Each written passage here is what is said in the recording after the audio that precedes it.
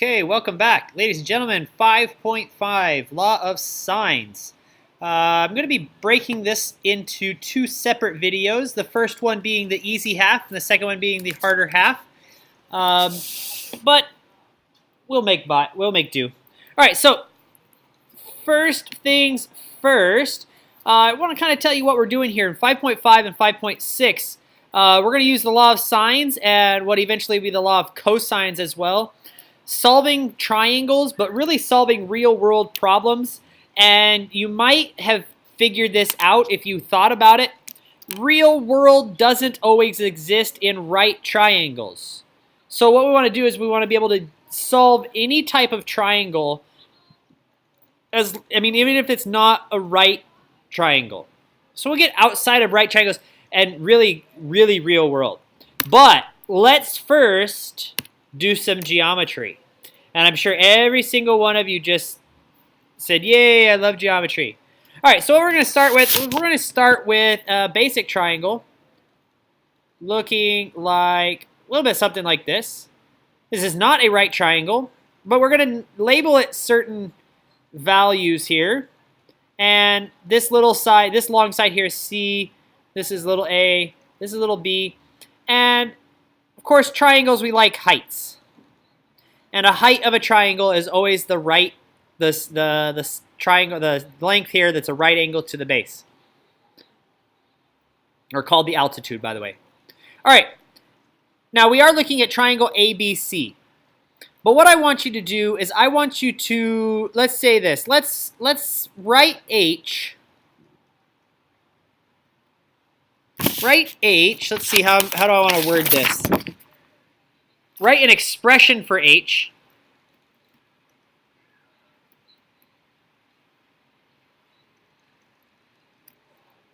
In terms of A, angle A. And I know obviously you might not do this, you might wait for just me to do it, but think about it. If you're looking at side H and angle A, remember we're in trigonometry, and trigonometry says we can write ratio of sides using trigonometric functions. Now, because C is this whole length, I don't know what this length from A to this right angle is. But I do know H and B. And if I look at this, that means that I can look at the sine of angle A is equal to the opposite side, which is H, over little b. But because I want an expression for H, that means I need to get H by itself. So we're going to say that H is equal to B times the sine of A. Now this is actually a little expression that we're going to use later. The fact that a height of a triangle is this hypotenuse-looking thing times the sine of this angle. This is very important to us. But now this doesn't really get to where I'm going yet until I say, okay, let's write an expression for H. Let's do it instead of angle A. Let's do it for angle B. And so I can do the same thing as I just did. I could say, well, this is actually the sine of B is equal to H over A. So looking at this right triangle on the right, sine of B is equal to H over A. And again, I could say H is sine of, is A times the sine of B. Now, what's very interesting here is H is equal to this statement, but H is also equal to this statement. And by our property of transitivity, remember we're doing geometry, our property of transitivity says that those two things are equal.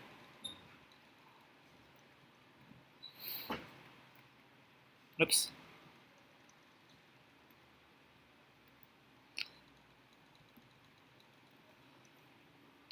And I'm going to do a little bit something weird here that you might not have thought to do. I'm going to divide this side by A, which means I got to divide this side by A. And I'm going to divide this side by B, so I'm going to divide this side by B. And I get this very nice little expression saying the sine of A over A is equal to the sine of B over B. Notice here the A's canceled and here the B's canceled. Well, I didn't tell you what we were doing, but we were actually creating the law of sines.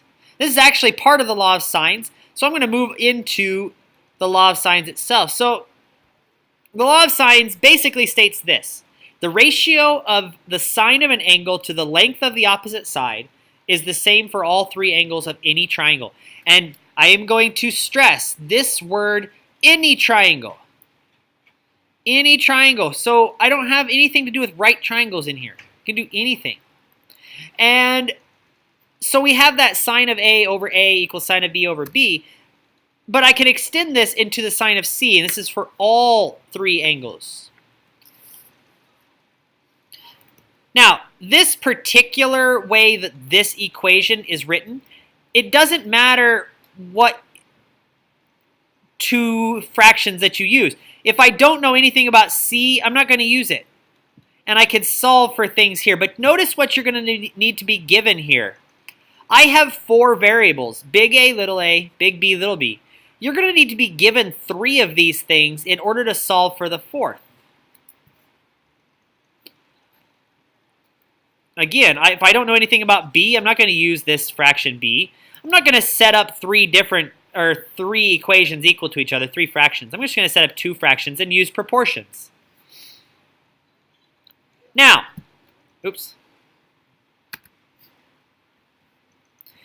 this particular equation is good for a very specific reason. This particular one is good to find angles, because the angle is in the numerator. And it's just nice and easy. You just have to multiply by A to both sides. So notice if I did that, let's say I had sine of A over A equals sine of B over B. If I wanted to solve for angle A here, I would multiply both sides by A. So I would get sine of A equals A sine of B over little b. And then if I need to solve for A, now we need to remember how to get rid of sine. And in order to get rid of sine, we use sine inverse. So A is equal to the sine inverse of this fraction here. Okay? Now, there's a slightly, the other, you might have seen it just a second ago kind of flip up there. But the other variation is just finding the reciprocal of all of them. And this particular version is good to find sides. Good to find side lengths. Only because, again, same thing. If I had A over sine of A equals B over sine of B, in order to solve for A here, all I have to do is multiply by sine of A. So I'd say little a is equal to B sine of A over sine of B. Nice and simple. Now, the law of sines only works for very, very specific types of triangles. Now, not by like right triangle, oblique triangle, scaling. That's not what I mean. But what are you going to be needing to have? What is going to have to be given to you? So if I had A, B, C, let me get rid of those letters there.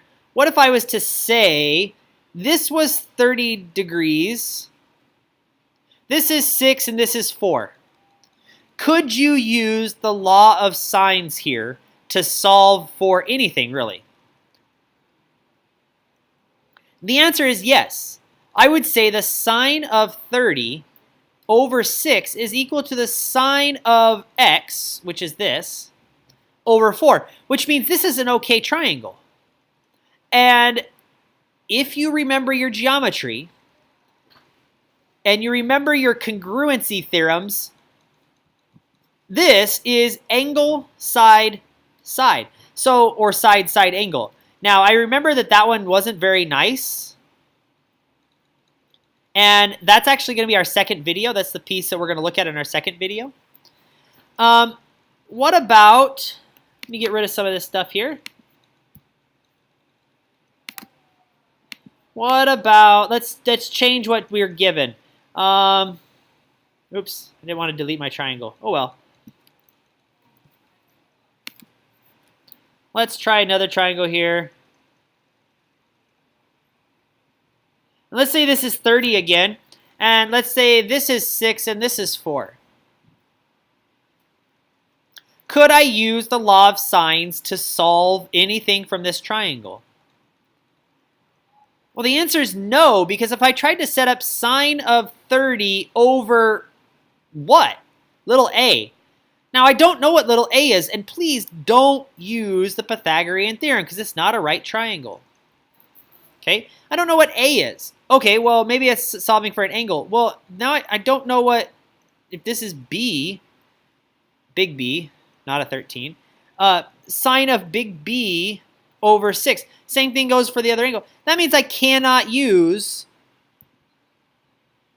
what is this one? This one would be side angle side. So side angle side is a no-go. So that one doesn't work. What else could we use here? I already did side angle. So let's think about what our options are.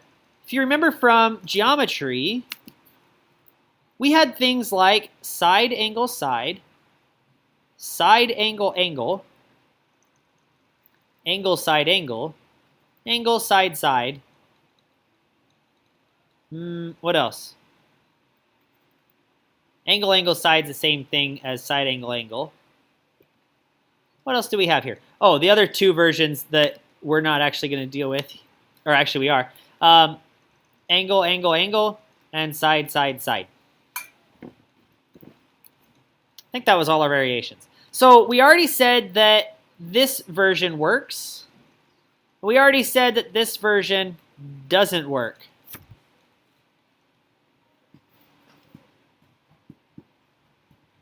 So the question is, what else will work? There's actually two more that will work here. And let's just think about the first one, side angle angle. What would happen if I had side angle angle?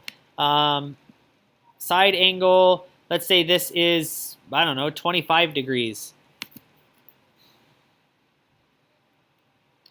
Well, sine of 25 over 6 equals sine of 30 over this. That means side angle angle is a good one.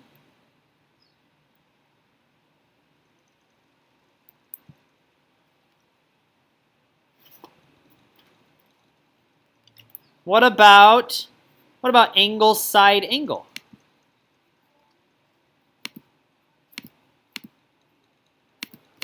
What about angle side angle here? Let's delete this. So angle side angle, let's put the 25 right here.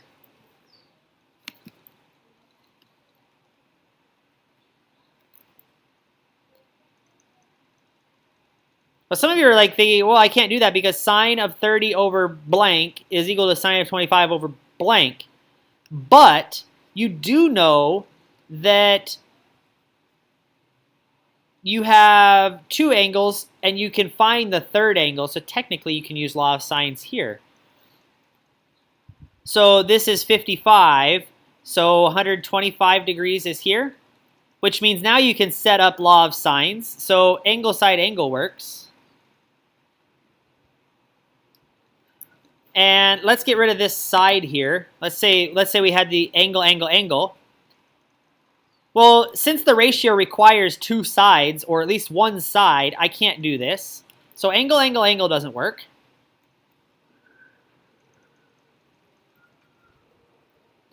And side, side, side, same reasoning. I need an angle, so side, side, side doesn't work. And you might guess where we're going to use those other three. Those other three are probably going to come in tomorrow's video for the law of cosine. Now, the ASS or the SSA version, this gets a double star because we're going to come back to that a little bit later. Now, I know I went the long route around here, but for the most part, what you need to know is if you're given angle, angle, side, or side, angle, angle, however you like to read this one, angle side angle or angle side side, you can use the law of sines. So let's use the law of sines. You're given a right, or not a right triangle, you're given a triangle. And you're given this is 36, this is 48, you're given this is 8. And you're needing to solve a triangle, which means you need to tell me what everything else is. Now, this angle here is easy to find. And you do have to look. I mean, this is angle side, so it's legal to use law of sines. So this is 70, 84. So you're looking at 180 minus 36 minus 48 is equal to 180 minus 84, which is 96 degrees. So this angle here is 96 degrees. Easy, done. We're 1 out of 3. Now we just have to look at the other pieces. Since I'm looking for sides, I like the other version here. Let's call this, let's call that big C. That's B, that's A. So little b over sine of 48 equals 8 over sine 36. I can multiply both sides by the sine of 48. So b equals 8 sine of 48 over sine of 36. And I hope you guys have been paying attention for the last, I don't know, month or so. This is 48 degrees, so you better be in degree mode. So I'm changing my calculator to degree mode. And I'm going to say 8 times the sine of 48 divided by sine of 36.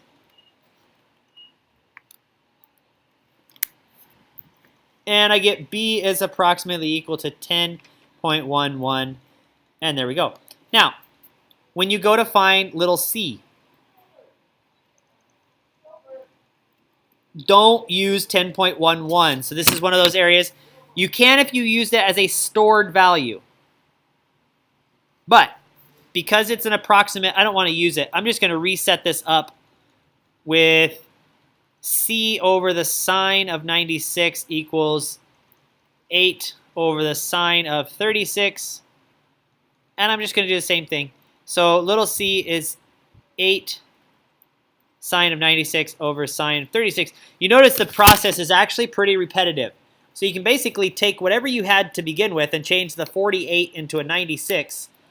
And you get something along the lines of 13.54.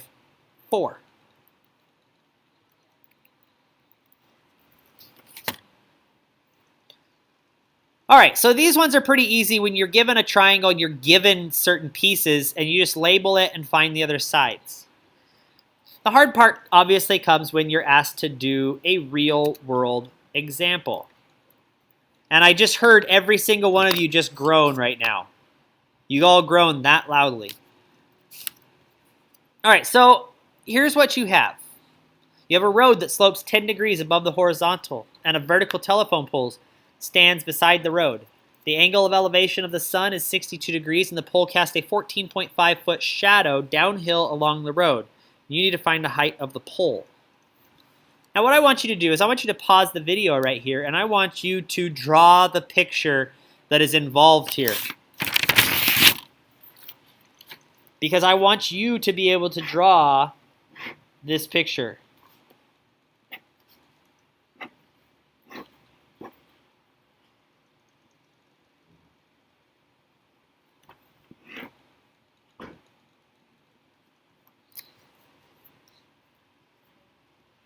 Okay, now I'm going to draw mine. I know the assignment changed. I meant to put a blank page right here, but whatever. All right, so here you have it. You have a road that slants 10 degrees on the horizontal. That looks like 10. I'm going to use a yellow line for anything I'm talking about horizontal. Okay, so I'm increasing.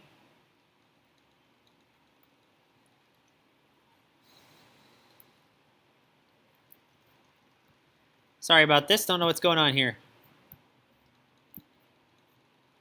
All right, let's try this again. Right here is 10 degrees. I also have a telephone pole that stands straight up on this hill. I have a sun out here, and the sun sits way up here. Oops, that's a straight line. I don't want a straight line. Undo. I want a curve. So, an orange sun. I'm getting creative here.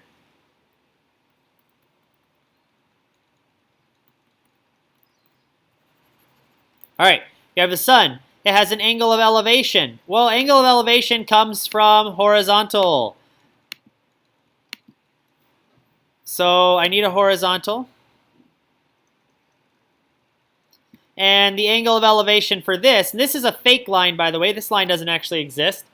So let's use a light blue here. The angle of elevation is 62 degrees, which is right about here. So it's creating this shadow right down here. Excuse my pen.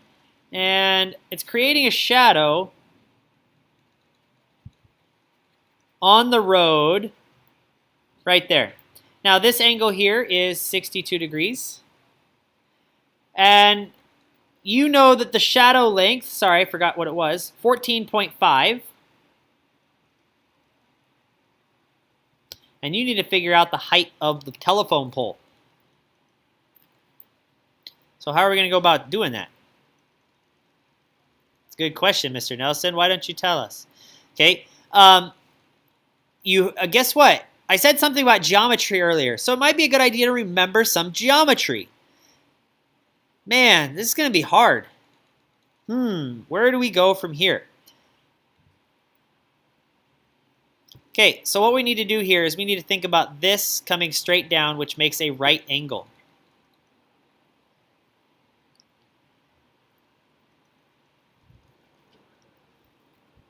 There's all sorts of stuff you can do here. Actually, this 62 is also over here. Hey, vertical angle theorem. Nice use of the vertical angle theorem. Well, this is a horizontal line and a vertical line whose angle meet at, or who meet at a 90-degree angle, which means if this is 62, this is 28.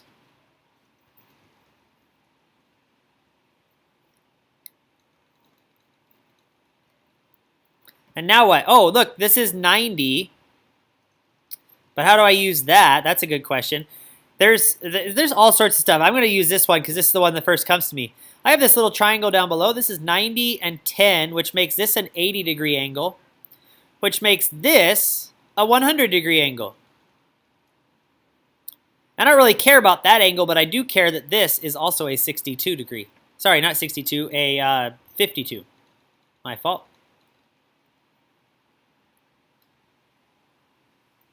Okay, 100 plus 28 plus 52.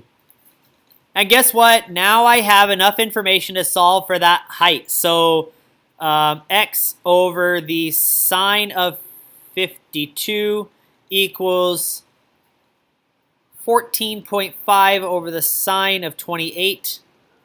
Do a little quick math. Multiply both sides by sine of 52. I get x is equal to 14.5 times the sine of 52 divided by sine of 28. I get the height of the telephone pole to be 24.34 feet. See, it's all about being able to visualize. So a lot of the problems in the textbook, they're going to give you pictures and you're going to go from there. But in case you don't, you need to be able to draw pictures from the given information. Okay, so there's the first half of the video. This is obviously the easier part, just basically using law of sines.